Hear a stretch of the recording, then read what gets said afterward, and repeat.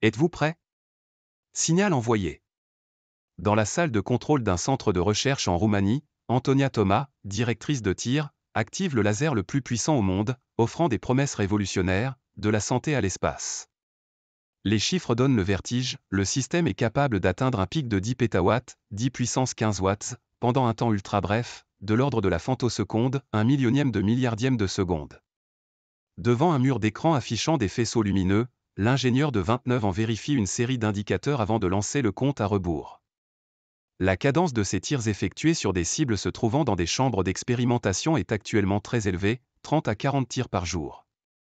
Un travail stressant mais aussi très gratifiant, au vu des équipes de chercheurs qui viennent du monde entier pour tester cet équipement unique, raconte-t-elle à l'AFP, à l'occasion d'une visite de presse organisée cette semaine sur ce site des environs de la capitale Bucarest. Bijoux de technologie. De l'autre côté de la vitre, de longues rangées de caissons rouges et noirs abritent deux chaînes laser.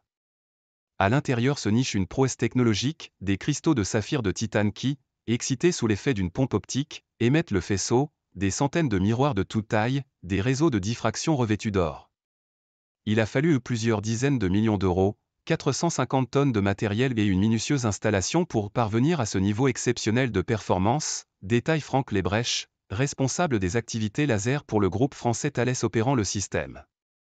Doté d'une dalle anti-vibration, le bâtiment, qui a nécessité un investissement de 320 millions d'euros principalement financé par l'UE, fait la fierté de la Roumanie. Même si la construction d'une unité de production de rayons gamma a connu des problèmes et ne sera achevée qu'en 2026. Un pas énorme. En arpentant l'immense salle au sol blanc immaculé, Gérard Mourou, prix Nobel 2018 de physique, se dit très ému devant cette incroyable odyssée, des États-Unis où il a passé 30 ans à la concrétisation en Europe de ce projet né dans les années 2000 au sein de l'infrastructure européenne ELI, Extreme Light Infrastructure.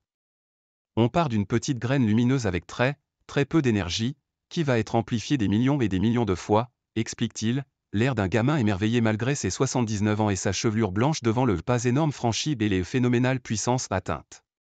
Cette technique appelée Chirped Pulse Amplification, CPA, il l'a mise au point avec la chercheuse canadienne Donna Strickland et co-lauréate du Nobel, alors son étudiante, au milieu des années 1980. Elle consiste à étirer l'impulsion laser, à l'amplifier puis à la comprimer.